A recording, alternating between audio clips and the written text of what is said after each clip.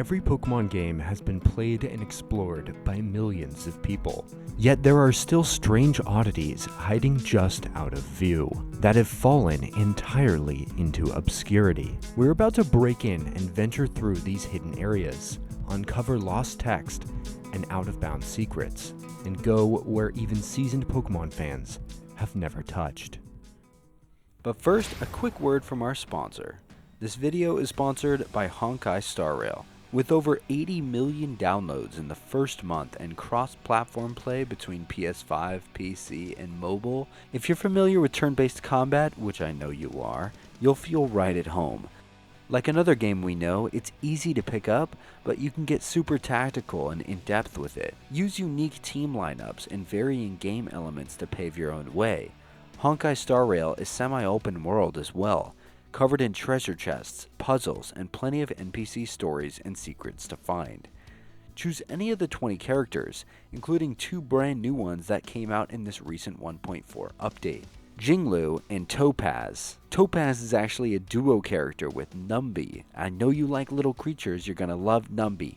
Topaz is a business director and a fire character who has crazy single target damage, and her attacks usually summon Numby for support. If it seems like your kind of game, the big 1.4 update just dropped with a new planet and new main story, so check out the link in the description to download the game. If you do, use my link and you'll get 50 Stellar Jade to aid your playthrough. Thank you to Honkai Star Rail for sponsoring the channel. Check it out in the description. Now back to the video. When you reach the end of the game in Black and White 2, the coolest, most iconic scene plays, where Ghetsis summons Kyurem and attempts to attack our player directly. Before being stopped by N, this is where the oddity comes in. Before Ghetsis summons Kyurem, he is standing there waiting for you in this cave. Here we unlock a sort of behind-the-scenes secret about this cutscene and kind of how it works.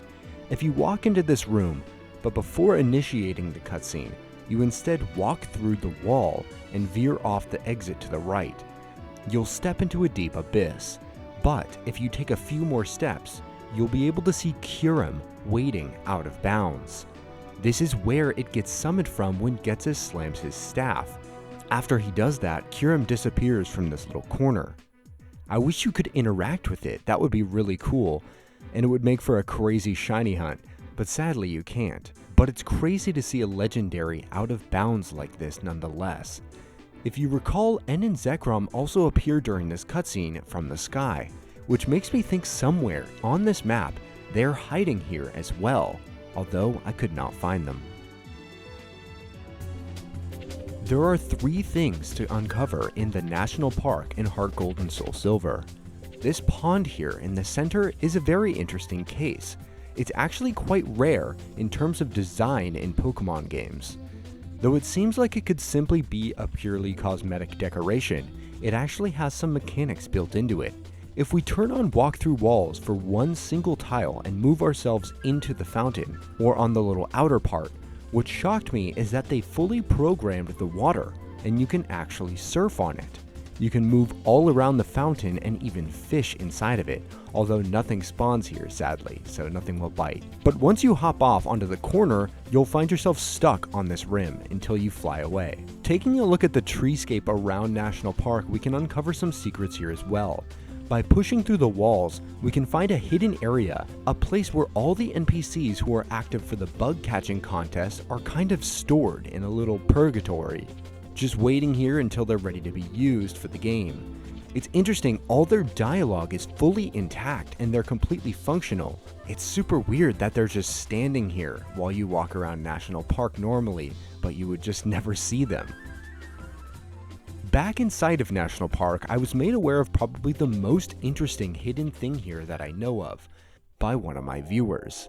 They worked on the decompilation team of the HeartGold and SoulSilver games and discovered hidden warps inside this park that may hint towards an earlier design of the reimagined Johto region taking place in the northwest corner here.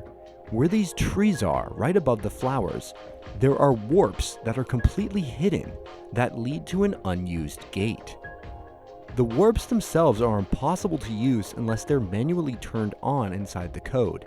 Although there's no information about where the gate was going to lead to, there is one hint that we have that all but confirms it: the music.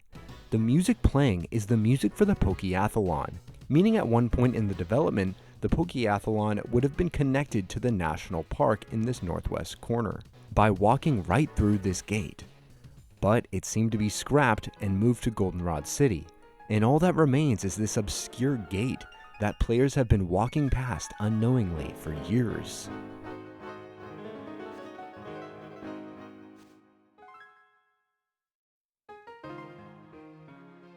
There are two more unused warps that can be found in Black and White 2 that are way off the beaten path.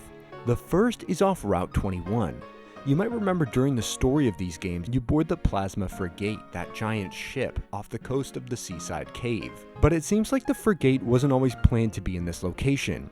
On Route 21, if you push through the walls here, you can get your character up on this ledge that is normally inaccessible. Then, if you step onto this exact tile right here, it will warp you to the Plasma Frigate, making it seem like the ship was originally planned to dock here instead, but they just forgot to take out the warping point during development. The other hidden unused warp in Black and White 2 is during the final Plasma event in this room here. There is a warp hidden off to the left of the map out of bounds. If we use walkthrough walls again and go through until you hit a wall, then go up a few more tiles, you will be warped to the other side of this electric fence. What's weird is that this seems to be a not normal version of this room, given that when you talk to anyone, they have no dialogue. Even if you've already taken down the electric fences, they will still appear when you warp here. But when you walk out and reset the room, they will all be gone. It's pretty strange. There's one more interesting thing hiding out of bounds in Black and White 2 that I found. When you reach Chargestone Cave, there's a small moment you may have forgotten. Right as you're about to cross this bridge, you are stopped and you simply see a few lines of text, but no one is there once you walk over. Though it was never quite confirmed, if you know these games, you probably know exactly who it is who said this line. But if before activating this event, we turn on the walkthrough walls cheat again and walk over to the right, without triggering the text, you can see, waiting just out of screen, it is N, confirming that N is the one who says this. This is the only other presence he has in the main story besides at the very end. You can't speak to or interact with him, but I love that they actually put his sprite here, even though you would never know it.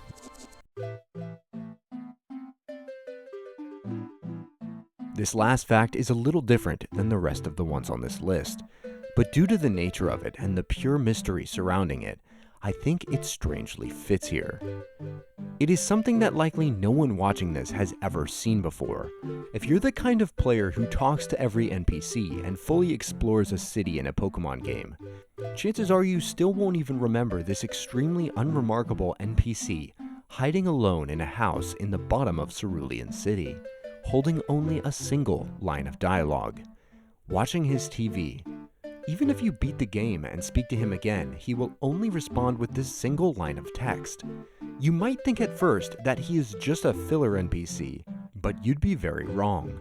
He is waiting, watching, for you the player to fulfill a very specific task in order to unlock the many pieces of dialogue he has locked away. But with time, that method has fallen far into obscurity. There is almost nothing about it online, and no legitimate way to hear him utter his many secret words. But it all begins with a hint. The only indicator and clue to tell the player that this NPC has any relevance at all is the TV he's watching. Rewinding back in time to the creation of Fire Red and Leaf Green, Sosuke Tamada was tasked with programming a feature into these games. The feature was simply called News. Back in the day, you would receive a mystery gift or an event Pokemon. You would also sometimes receive a Wonder Card, a small letter detailing the event you took part of. It wasn't a physical item in the game though, it was something you could view on the title screen in the mystery gifts section. The news that Tamada worked on was supposed to be a sort of variation on this. It was experimental and obviously didn't catch on. The idea was to distribute news related to Pokemon through this Wonder Card-like feature, almost like sending the player a virtual letter.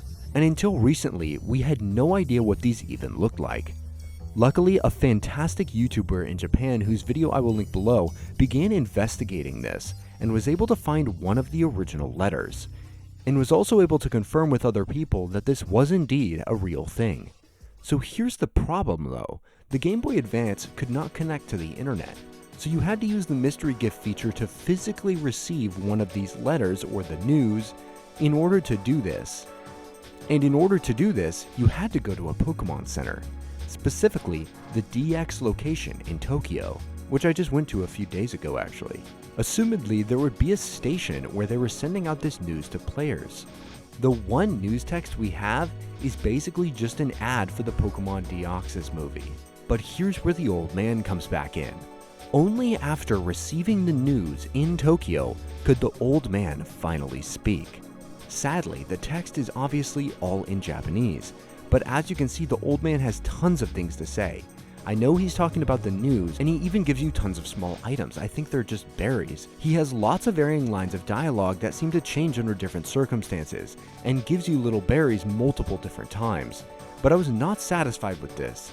The English release of Fire Red and Leaf Green came out around 3 months after the Destiny Deoxys movie. If they were still sending out news for the movie, and if someone with an English copy of Fire Red came to Japan and used the machine to receive the news, it would likely be one of the very few, if the only, English cartridge that has unlocked the text from this old newsman.